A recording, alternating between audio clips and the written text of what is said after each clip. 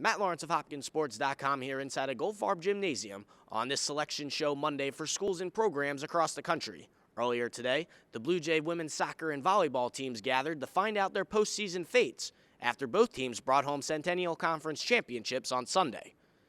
After falling behind Swarthmore 2-0, Johns Hopkins became the first school in Centennial Conference volleyball history to drop the first 2 sets of a championship match, only to go on to win the next 3 and take home the conference championship. Freshman Louisa Kishton tallied a team-high 20 kills on her way to being named the tournament's most valuable player. Johns Hopkins will now head to Fredericksburg, Virginia for an opening round matchup with Christopher Newport. The two sides met just 3 weeks ago, with CNU winning in 4 sets.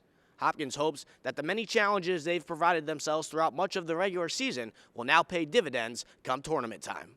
Scheduling this year, our region has a lot of parity, and I think anybody that's in our bracket can win any of their matchups. You know, there's a lot of similar playing styles, similar physicality, and so coming into the year, we were expecting that, and quite frankly, we were hoping for these matchups for one more go-round. We had one tough weekend where we played a lot of those teams actually like in the same weekend, and our coach was saying there's a high likelihood that we'll be facing these teams again, and that weekend didn't go so great for us, but we're on a revenge tour now. Yeah, I mean, we definitely know these teams well now. We've played most of them, and so it'll really allow us. We know the scout well. We know how we can play successfully against them and how to get the outcome that we want.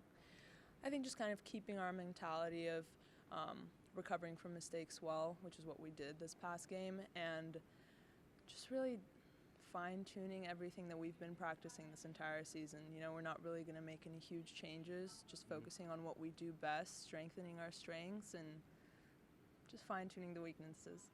Meanwhile, just a bit down the road in Westminster, head coach Leo Weil and the women's soccer team were busy winning a conference title of their own.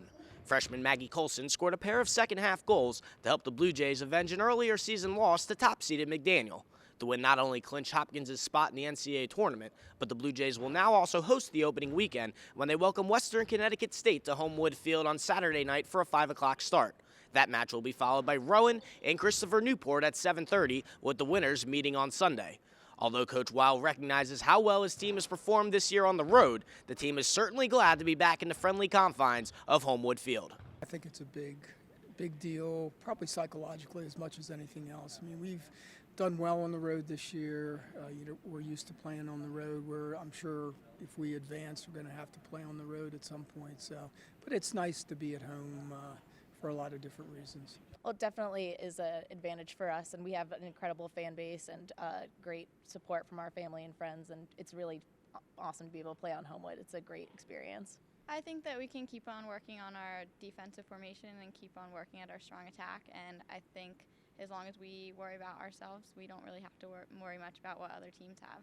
Be sure to check back to HopkinsSports.com all week and follow along on Twitter at HopkinsSports for everything NCAA tournament and Hopkins athletics. Thanks for watching.